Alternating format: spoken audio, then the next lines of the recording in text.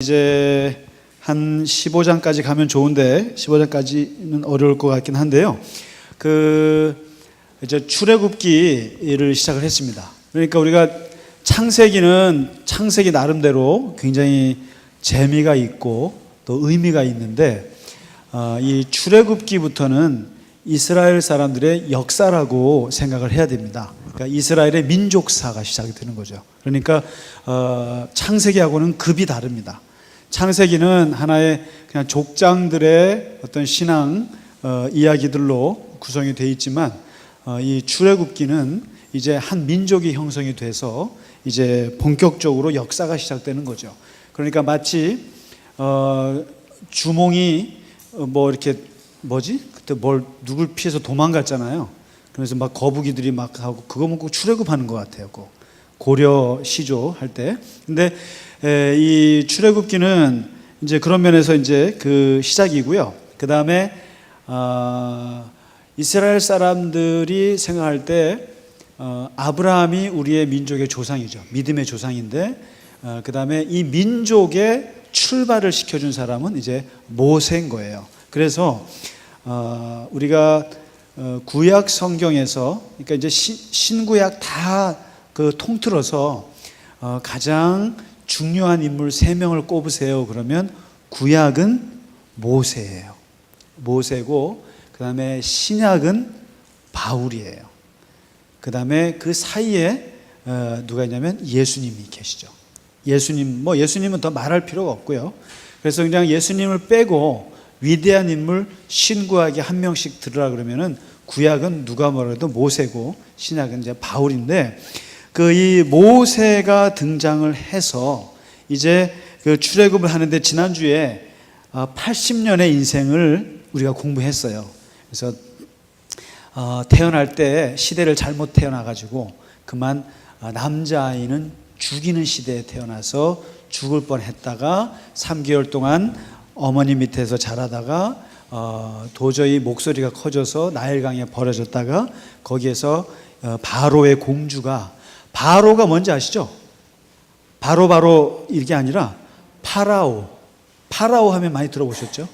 근데 이 바로의 공주의 눈에 띄어서 40년 동안을 궁궐에서 자라고 또 마침 젖을 주고 유모는 자기 친어머니한테서 같이 양육을 받고 그렇게 해서 이집트 왕자요 히브리 민족으로 살다가 나이 40에 사고를 치고 동족을 구하려다가 사람 죽이고 그리고는 미디안 광야에 가서 광야 생활을 40년을 처가살이 40년 그 다음에 유목민으로 40년 그러면서 이제 살다가 나이 80에 하나님의 부름을 받지 않습니까? 부름을 받고 거기서 자기가 하나님의 부르심에 자기 나름대로 체크를 했죠. 4가지 질문을 던졌잖아요. 내가 누구인가? 그다음에 하나님 당신은 누구입니까? 그리고 내가 무엇을 가지고 있습니까? 또 내가 무엇을 가지고 있지 않습니까? 그래서 이제 하나님의 일을 하는 사람의 4가지 자기 검증 리스트라고 말할 수 있어요. 그래서 이걸 꼭 물어봐야 됩니다. 하나님의 일을 하는 사람들은 기본적으로 내가 누구인가? 이것과 그 다음에 하나님은 누구인가? 이 존재에 대한 질문을 던지고 이게 빙에 대한 질문이거든요. 그 다음에 내가 어떤 장점을 가지고 있는가? 이걸 묻잖아요. 그래서 지팡이를 하나님이 주셨죠. 그 다음에 내가 단점이 무엇인가? 이렇게 2가지를 또 질문해서 결국 이제 하나님의 일을 맡아서 가게 됐는데 이제 오늘 5장에서 이제 하나님이 모세에게 시킨 건 그거예요. 바로에게 가서 우리 히브리 민족, 우리 히브리 사람들이 섬기는 하나님이 나타나셨는데 새로 나타난 430년 만에 그러니까 창세기 요셉이 죽은 지 430년 만에 나타났는데 하나님의 이름이 여호와로 나타났어요. 여호와. 하나님의 이름이 바뀝니다. 가면서. 근데 이제 여호와로 나타나셨는데 하나님이 우리 민족을 이끌어서 저기 밖에 나가서 제사를 좀 예배를 드리겠다고 말하라. 예배를. 그렇게 해서 이제 얘기하라는 거죠. 그렇게 해서 오늘 모세가 바로 왕을 만납니다. 만난 자리에서 이제 그 얘기를 해요. 여기서 3절에 보시면 히브리인의 하나님이 우리에게 나타나셨는데 우리가 광야로 사흘길쯤 가서 우리 하나님 여호와께 제사를 드리려 하오니 가도록 허락하소서. Let my people go. 이렇게 나의 백성을 좀 나가게 해 주십시오. 왜요? 예배 드리려고요. 자, 이 말을 듣고 바로 왕이 이 말을 듣고 어떻게 했을까요? 피식 웃었겠죠. 웃기고 있네 이거죠. 정말 그 말을 곧대로 듣는 사람이 어디 있겠어요? 정치 구단인데 바라오가 이 사람이라말로 정말 모든 걸 정치적으로 해석하는 사람인데 우리가 예배 드리러 간다 그러면은 그거를 그렇게 듣겠어요? 그러니까 뭐라고 그럽니까? 어찌하여 백성의 노역을 쉬게 하려고 그러느냐. 너희 노역이나 해라. 다시 말해서 너희가 지금 힘드니까 노역하는 게 싫어서 벽돌 굽는 게 싫어서 도망가려고 하는 줄 누가 모르는지 아느냐 하고는 바로가 어떻게 하냐면은 안 되겠다. 벽돌을 옛날에는 벽돌을 쓸 집과 전 집을 이렇게 그잖아요. 흙이랑 집이랑 같이 섞어서 벽돌 만들잖아요. 근데 옛날에는 벽돌을 만들 때 집을 중앙에서 보조를 해줬어요. 그런데 이 말을 딱 듣더니 바로가 안 되겠다. 집도 니네가 직접 구해서 해라. 이렇게 명령을 내리는 거예요. 그리고는 절대로 이렇게 벽돌을 만드는 숫자를 더 높게 잡은 거예요. 더 많이 하라고. 목표치를 더 높여주는 거예요. 더 세게. 그러면서 14절에 보면 바로의 감독들이 자기들이 세운 바 이스라엘 자손의 기록원들을 때리면서 그 숫자를 못 채웠다고 더 때리는 거예요. 그러면서 오히려 더 세게 나오게 된 거예요. 하나도 안 들어줍니다. 그랬더니 21절에 이스라엘 백성들이, 이 히브리 백성들이 누구를 원망할까요? 갑자기 옛날에는 지푸라기도 보조해주고 그러더니 옛날에는 100개만 만들면 집에 가도 되는데 이번에는 300개, 400개씩 만들려고 하니까 이게 웬 조화냐는 거예요. 그래서 이 백성들이 조사를 해봤어요. 이게 왜 이렇게 갑자기 노역이 세졌냐 그랬더니 모세라는 사람이 나타나서 지 형 아론이랑 와서 바로한테 가가지고 뭐 한마디 한 모양이지. 그런데 몇 마디 했는데 무슨 말을 했는지 그냥 돌아오는 게 더 센 게 돌아온 거예요. 그러니까 이 원망이 누구한테 가겠어요? 모세한테 가죠. 뭡니까? 너희들이 우리를 바로의 눈과 그의 신하의 눈에 미운 털이 받게 해서 그들의 손에 칼을 주어서 우리를 죽게 하는도다 하면서 모세와 아론을 향해서 막 비난을 퍼부었습니다. 그랬더니 22절에 모세가 돌아와서 뭐라고 말하냐면은 하나님께 돌아와서 이 원망을 누구한테 원망해요? 하나님께 원망하는 거예요. 어찌하여 이 백성이 학대를 당하게 하셨습니까? 왜 날 보냈습니까? 이게 모세는 하나도 기쁘지가 않은 거예요. 하나도 하고 싶지가 않아요. 근데 하도 하나님께서 뒤를 밀어다 내셨으니까 할 수 없이 갔는데 아무 생각을 안 하고 갔어요. 바로 왕한테. 그러니까 이 정도 되면요 머리를 굴려야 되거든요. 내가 바로한테 이런 말 하면 바로가 이렇게 나올 것이고 이렇게 뭔가 좀 계산을 해야 될 거 아닙니까? 근데 정치를 하려면 좀 계산을 해야 되는데 그냥 하나님이 시킨 대로 고스란히 가서 히브리의 하나님이 나타나셨는데 우리를 제사 드리라고 좀 빼주시오 하니까 모세가 바로가 그걸 듣겠어요? 그런데 돌아온 게 뭐예요? 바로는 이걸 가지고 백성들을 분열시킨 거예요. 지금 모세 지도자들이랑 백성들 사이를 분열시켜 가지고 서로가 문제를 일으킨 거예요. 그랬더니 돌아오는 게 백성들한테 돌이 날라오게 생긴 거죠. 그러니까 모세가 깜짝 놀란 거죠. 이게 아니다 싶은 거죠. 하나님께 원망을 하죠. 그랬더니 하나님께서 다시 합니다. 6장에 넘어가서 다시 어떻게 하냐면 5절부터 8절에 보시면 내가 이스라엘 백성들의 고통을 기억하고 또 이들을 빼낼 것이고 또 이들을 인도하여 낼 것이라는 메시지를 다시 전하라 하고 또 전해요. 모세가 가서 전하는데 12절에 바로가 안 듣잖아요. 그러니까 모세가 뭐라 하냐면은 이스라엘 자손도 내 말을 듣지 않는데 어떻게 바로가 내 말을 듣겠습니까? 내는 입이 둔합니다. 이게 둔하다는 말이 무슨 말인지 아세요? 이집트 말을 잘하고 못하고가 아니고요. 내가 정치적인 용어를 할 줄을 모릅니다. 협상을 할 줄 모르고 설득할 줄 모른다는 거예요. 나는 생각이 단순해서 그 말을 하니까 이제 하나님께서 걱정하지 말라 하고는 이제 나와요. 그리고는 그 6장 그 14절에 보시면 족보가 잠깐 나옵니다. 족보가. 여기서부터 이제 족보가 저번에 야곱 공부하실 때 제가 주의 깊게 보라고 하신 게 있죠. 뭐죠?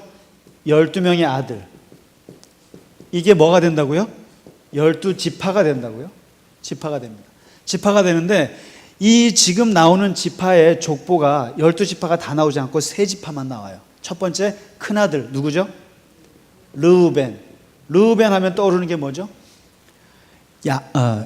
요셉 다 죽이자 그럴 때 죽이지 말자. 그냥 팔자 했던 사람이고 자기 아버지의 첩에 침대에 올라간 놈. 그래서 얘 아웃됐죠. 그 다음에 두 번째가 누구예요? 시므온이 있고 셋째가 레위가 나와요. 근데 이 두 아들은 어떤 아들이에요? 자기 동생 디나가 강간을 당하니까 제일 열받아가지고 가서 그 세겜 족속 남자애들을 그 할례를 시켜놓고 할례가 낫는 동안에 가서 싹쓸이 죽여버린 두 아들이죠.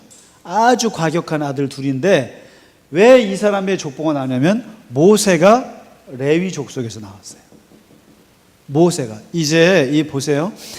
이 구약의 성서를 이렇게 보면 은근히 혹은 노골적으로 지파별 갈등이 심해요. 그리고 이 지파를 가지고 누구 출신이다, 어느 족보 사람이냐, 이게 되게 중요합니다. 이 사람들도. 그러니까 우리나라도 그렇잖아요. 이씨조선 또 뭐 김씨조선 그 족보가 중요하듯이 아주 중요합니다. 레위 지파에서 모세가 나왔거든요. 모세와 아론이 나왔어요. 그래서 그걸 지금 밝히겠다는 거예요. 그래서 레위 족속이 쭉 나와요.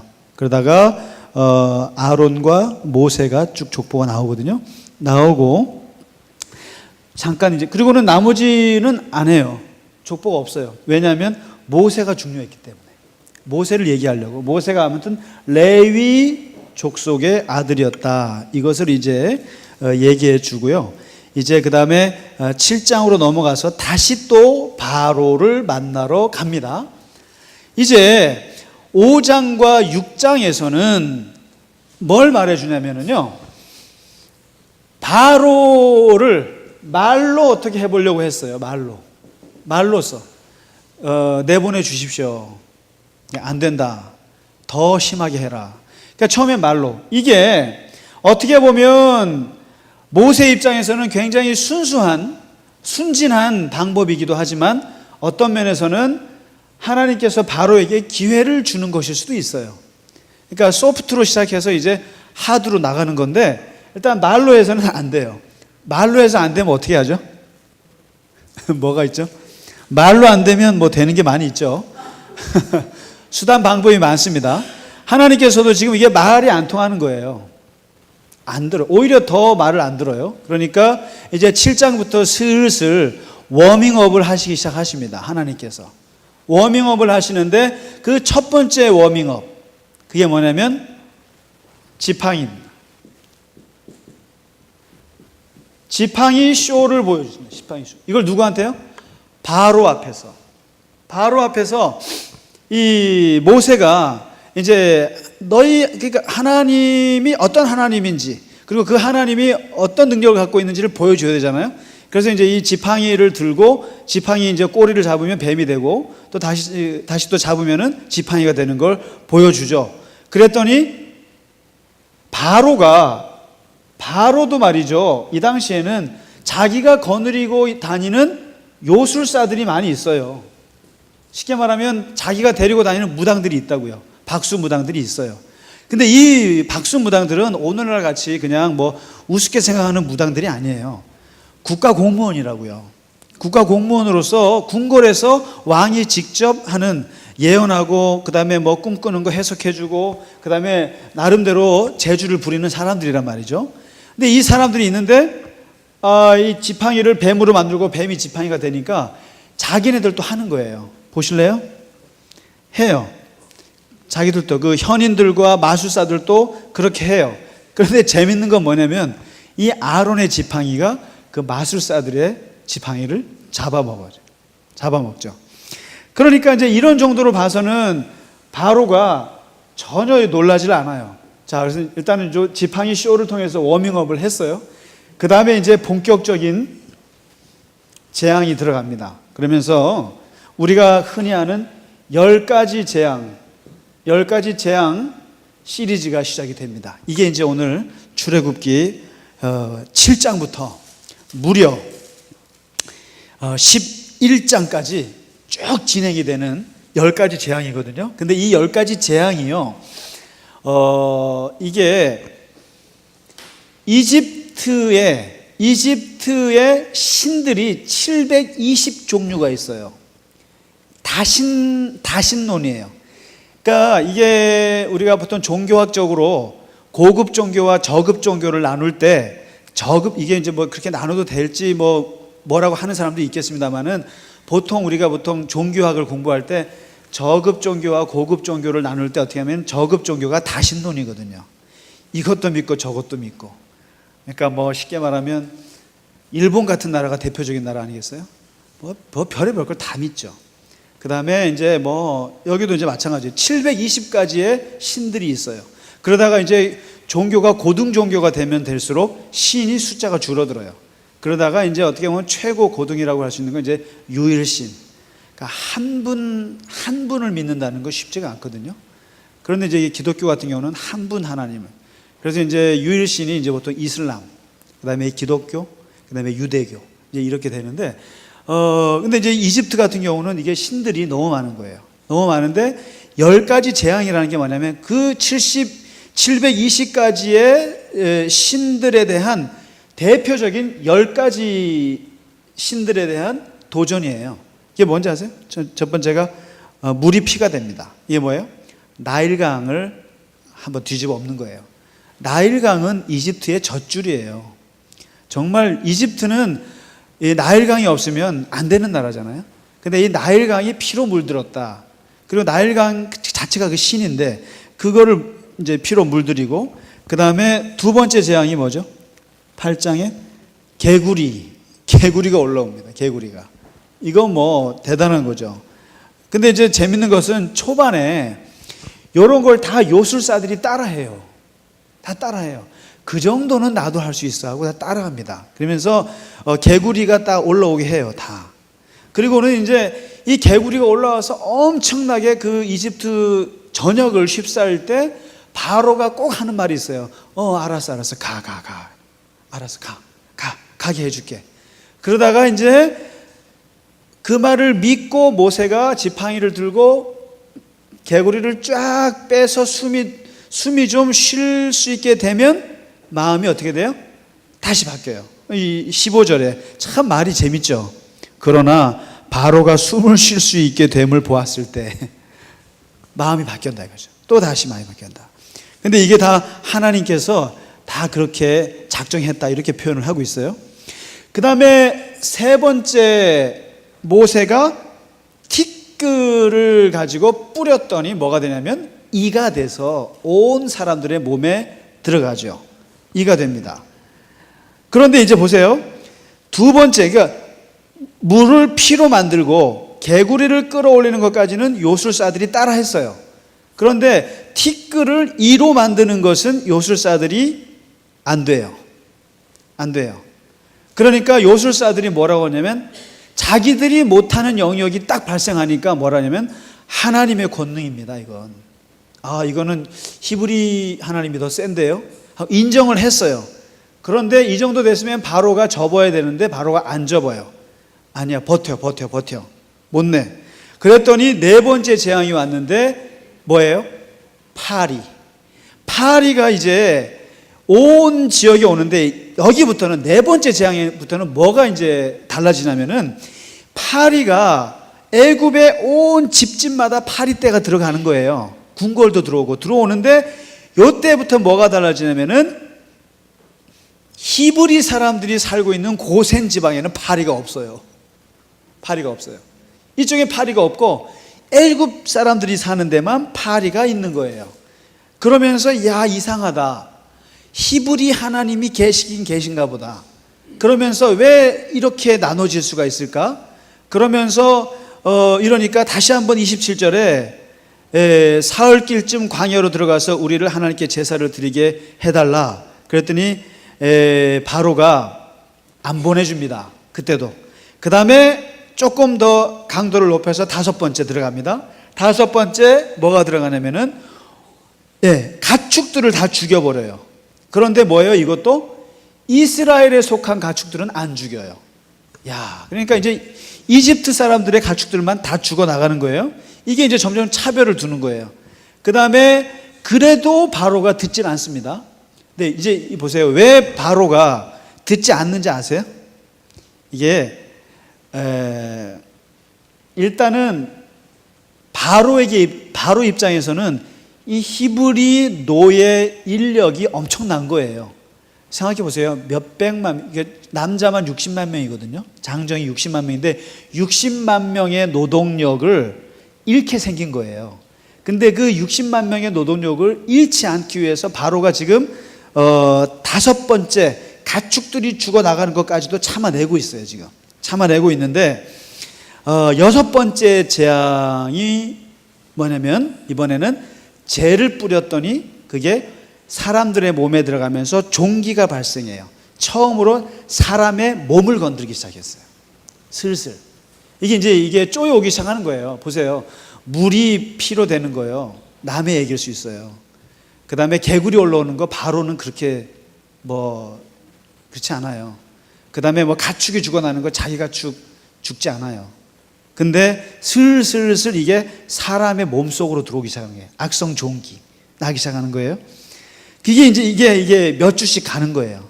그러니까 이럴 때는 가라 그랬다가 다시 또 싹 접어주면 못 가. 이런 게 지금 6번째 반복이 되는 거죠. 그 다음에 7번째는 이걸 예고했어요. 우박이 내릴 것이다. 우박이 내려서 당신들의 채소와 가축이 다 죽어나간다. 그렇게 했는데 여기서 참 이제 7번째까지 가니까 이 이스라엘 전역에 어떤 분위기가 생기냐면 모세라는 사람의 말을 들어야겠다는 사람들이 생겨나요. 보세요. 이게 지금 재앙을 겪고 나니까 이스라엘 사람들 중에도 뭔가 히브리 하나님이 무섭다는 이게 소문이, 여론이 형성이 되기 시작해요. 그런데 이제 7번째가 뭐래? 그랬더니 7번째가 우박이래. 근데 우박이 떨어진다는 예고를 들었는데 재밌는 것은 바로의 신하들 중에 이제 흔들리기 시작하는 거예요. 바로의 신하들 중에 흔들리기 시작하는데 어떤 신하들은 하나님의 말씀이, 모세의 말이 무서워서 자기의 가축들을 어디에 집어넣어요? 집으로 다 집어넣어요. 집으로.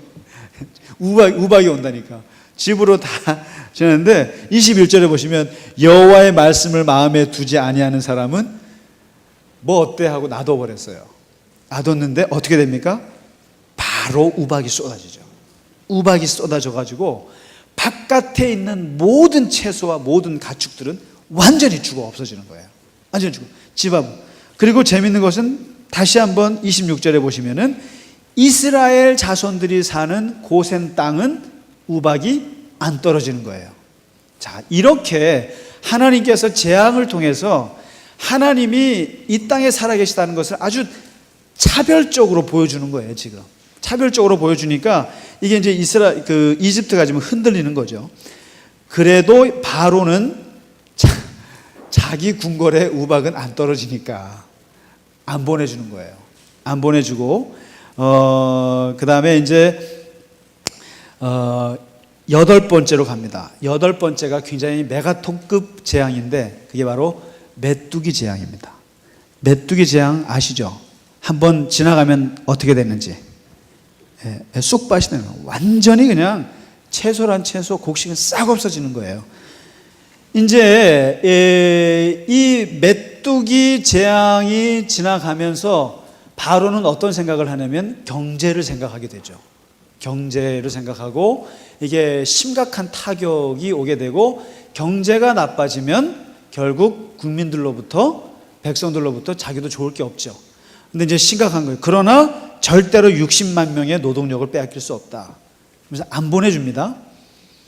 자, 이제 마지막 아홉 번째 가면서 아주 이 재앙은요, 이집트 종교의 근간을 흔드는 재앙이에요. 왜냐면 여러분 아시죠? 파라오라는 것이 태양의 아들이라는 거 아시죠? 그리고 이집트는 태양신을 섬겨요. 태양신이 제일 파라오라는 뜻 자체가 태양이에요. 태양. 근데 이 태양이 없으면 못 사는 나라에 태양을 없애버리는 거죠. 흑암을 가져온 거예요. 흑암. 그러니까 이렇게 얼굴을 3일 동안 애굽 땅에서 서로 얼굴을 볼 수가 없는 거예요. 완전히 어두워져서 흑암 속에서. 그러니까 이것은 어두워서 힘든 문제뿐만 아니라 우리는 늘 태양을 바라보면서 태양신을 섬겼는데 그 태양이 그냥 흑암에 져버린 거죠. 그러니까 지금 이 9번째는 이집트의 대표적인 신에 대한 도전이에요. 히브리 하나님이 태양신을 우습게 생각하는 거죠. 웃기시네 하고 그냥 덮어버린 거죠. 자, 이렇게 되니까 여기서 바로가 이제 타협을 하기 시작합니다. 9번째쯤 와서 무슨 타협을 합니까?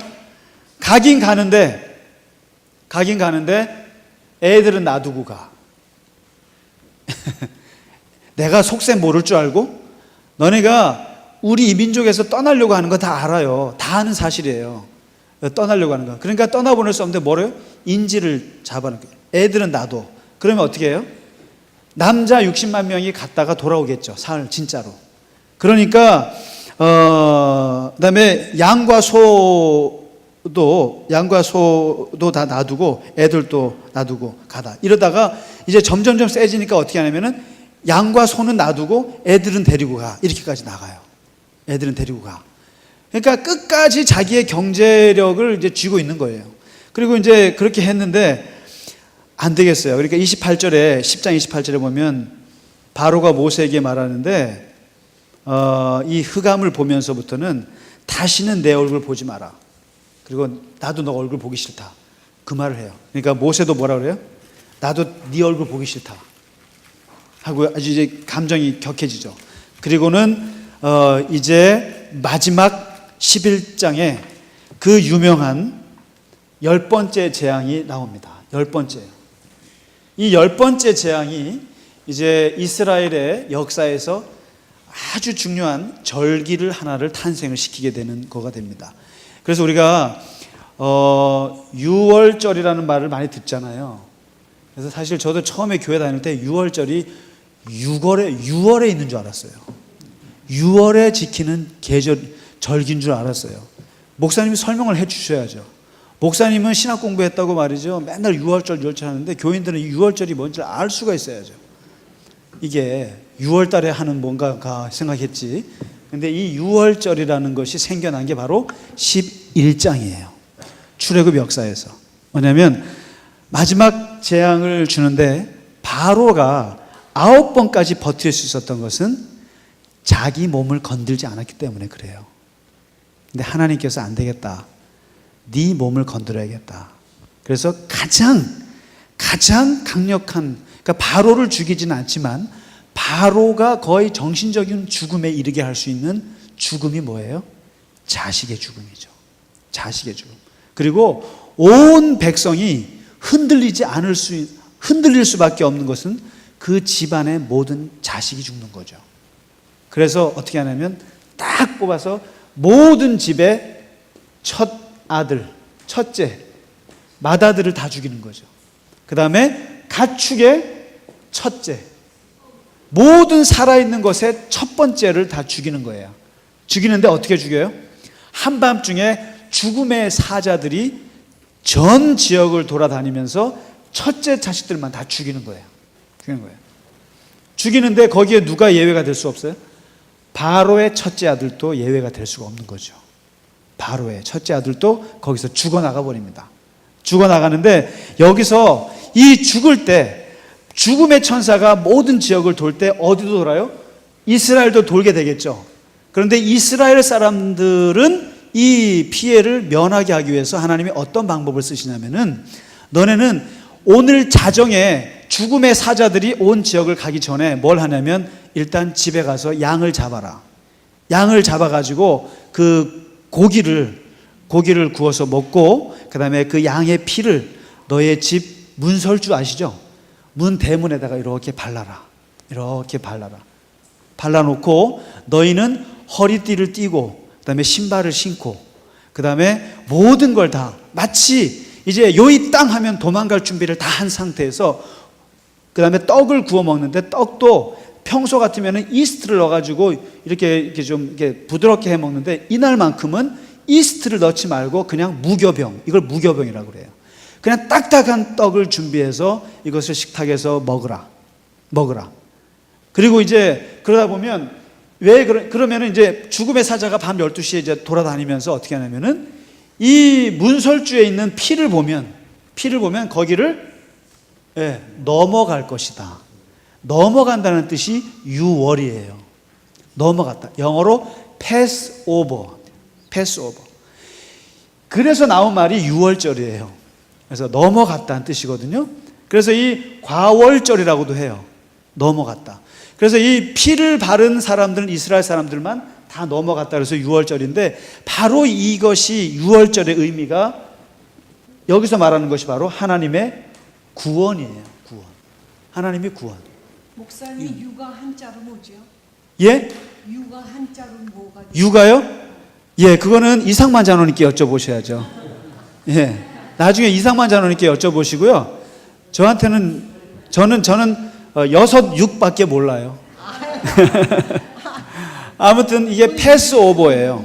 패스오버. 그래서 이스라엘 사람들, 피를 묻힌 이스라엘 사람들만 사는데, 그래서 지금 11장부터 여기에 지금 유월절 규정이 나와요. 그 다음에 유월절이라고도 하고, 그 다음에 그날 밤에 딱딱한 떡을 먹었다 그래서 무교절이라고도 합니다. 무교절.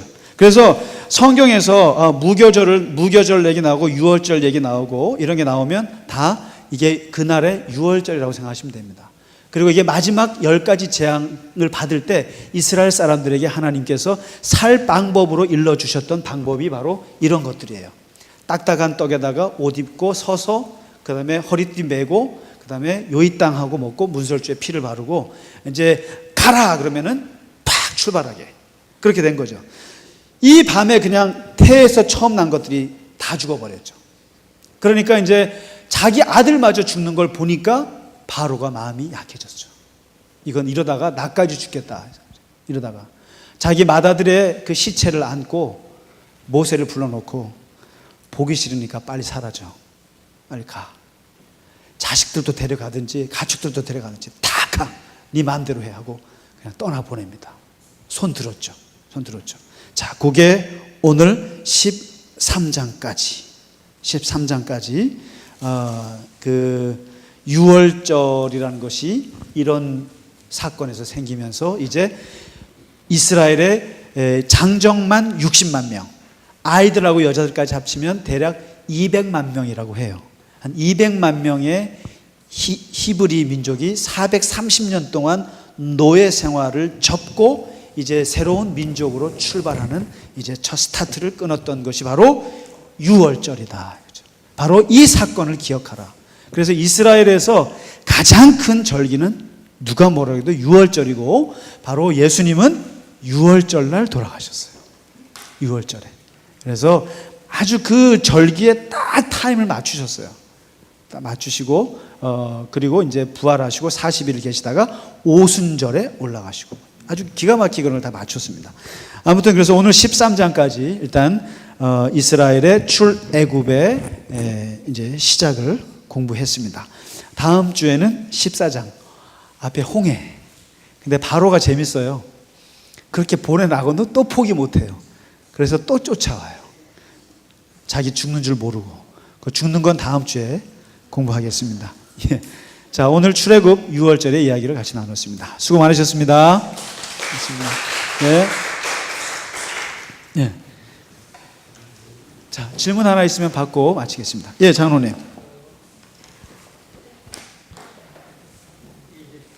예. 끼고 있고, 이집트가 나일강 네, 끼고 있고. 네. 예. 그 이제 일반적인 문화사적으로 얘기하면은 예. 4대 문명의 발상지인데, 그렇죠. 예. 그런데 4대 문명의 발상지면은 굉장한 문화가 있었죠. 네. 그래서 이제 그 대표적인 것이 그 피라미드죠. 네. 예. 그런데 요즘 그 피라미드를 건설한 사람이 네. 유태인들이었다. 아. 유태인들이 머리가 좋아가지고 수학을 잘하고 하니까 이걸 했다고 하는 그런 설들이 이제 요즘 많이 이제 퍼지고 있는데 예, 예, 예. 그 이것은 출애굽기는 이제 이스라엘 사람들이 쓴 역사고 예, 예, 예. 그런데 파라오 쪽에서 쓴 역사도 있을 거 아닙니까? 그렇죠. 예. 그런데 예. 그 역사 속에 혹시 출애굽에 대한 언급이 있는지 혹시 기분 나빠서 기록을 안 했다는 말도 있어요. 창피하잖아요. 그러니까 이게 지금 이스라엘로서는 민족 태동사예요. 민족의 태동사인데 이집트 입장에서는 썩 좋은 역사는 아니죠. 그러니까 뭐 자료가 있는지 모르겠습니다만 있겠죠. 근데 그렇게 비중 있게 다루지는 않았을 거라는 거죠. 않고요. 그리고 이 피라미드 같은 것과 관련해서는 이 기독교의 부활 신앙이 있지 않습니까? 이 부활 신앙이 사실 그 당시에 이집트도 부활 신앙이 굉장히 강했어요. 그래서 그 이 파라오 그다음에 그 뭐죠? 그 피라미드 밑에 있는 그 미이라 있죠. 예. 미이라가 이 사람들은 죽어서도 그 모습 그대로 부활한다고 믿었거든요. 그래서 이번에 지금 국립박물관에 가시면은 그 이집트 문명전 하죠. 네. 그래서 제가 가서 보고 깜짝 놀랐어요, 사실. 보니까 그 사람들의 부활 신앙이 그 부활 신앙 때문에 그렇게 몸을 유지를 하거든요. 하는데 거기에 그 죽음의 서라는 책에 있는 그 구절 한 구절이 예수님이 그대로 인용을 하셨더라고요. 그러니까 뭐냐면 우리가 죽어서 하나님 앞에 갔을 때 평가를 받잖아요. 그랬을 때 나는 아무것도 너는 뭘 하다 왔느냐. 그러니까 너는 이제 의인들한테 너가 나를 위해서 참 많은 좋은 일을 많이 했다. 그랬더니 저 한 게 없는데요. 그러니까 내가 목마를 때 물을 주었고 또 내가 헐벗었을 때 옷을 입혀 주었다. 이 말이 있거든요. 예수님이 쓰셨던 말이에요. 그래서 우리가 하나님께 갔을 때 이 땅의 사람들에게 베풀었던 그 선행이 하나님께 한 거다. 이런 메시지를 복음서에서 하셨거든요. 근데 그 구절이 이집트 죽음의 서에 있더라고요. 헐벗은 자에게 옷을 주었고 목마른 자에게 물을 주었다. 그러니까 이제 그게 그 당시에 그 이집트 사람, 그래서 그 콥틱 기독교라고 있어요. 그 이집트에. 그래서 이 부활 신앙이 가장 잘 먹혀 들어갔던 곳이 이집트예요. 그래서 이게 이집트. 그래서 이집트의 그 알렉산드리아 있죠. 알렉산드리아가 아주 기독교 3대 도시 중에 하나가 됐죠. 이집트에 있거든요. 그래서 이집트의 그 부활 신앙이 기독교의 부활 신앙이랑 좀 맥락이 같이 있는 게 있죠. 피라미드이 사실 부활 신앙을 기초로 합니다. 맞습니다. 예. 또 한 가지 네네네. 제가 그 학교 다닐 적에 네. 유태인 친구들이 많았어요. 예. 이제 그런데 그 중에 이제 레비라고 하는 이름을 가진 레위 지파 사람들이 네. 아주 머리도 좋고 예. 또 자존심이 아주 강해요. 예. 그런데 그 근거가 성경에서 의한 거. 성경에 왜 그러냐면 레위 지파가 제사장 지파예요. 레위 지파는 지금 이제 모세 나오지 않습니까? 모세는 일종의 민족 지도자로서 등장하지만 사실상 이스라엘 역사에서 레위 지파를 대표하는 사람은 아론이에요. 그러니까 아론은 제사장의 원형이에요. 제1대 제사장이에요. 그래서 이 레위 지파 사람들이 프라이드를 갖는다, 갖죠. 다 그거니까요. 제사장 그룹이니까. 그리고 다른 지파 사람들은 열심히 벌어가지고 10분의 1을 레위 지파한테 줘야 돼요. 왜냐하면 쉽게 말하면 레위 지파가 성직자 지파예요. 그래서 걔네들은 돈을 안 벌어요. 안 벌고 자기네들은 오직 성전만 해요. 그래서 성가대 그다음에 제사장 이 그룹들이 다 레위 지파거든요. 이 레위 지파 사람들은 성전 일만 해요. 그러니까 돈을 못 벌잖아요. 나머지 지파가 돈을 걷어서 얘네들을 먹여 살려요. 그게 목사 같은 교인들이 주는 돈 먹고 사는 사람들. 레위 지파가 있습니다. 그러나 그 사람들이 자기네 조상 중에는 모세가 있고 아론이 있고 프라이드 대단하죠. 있을만합니다. 예, 제사장 그룹. 예. 고맙습니다. 네, 수고하셨습니다.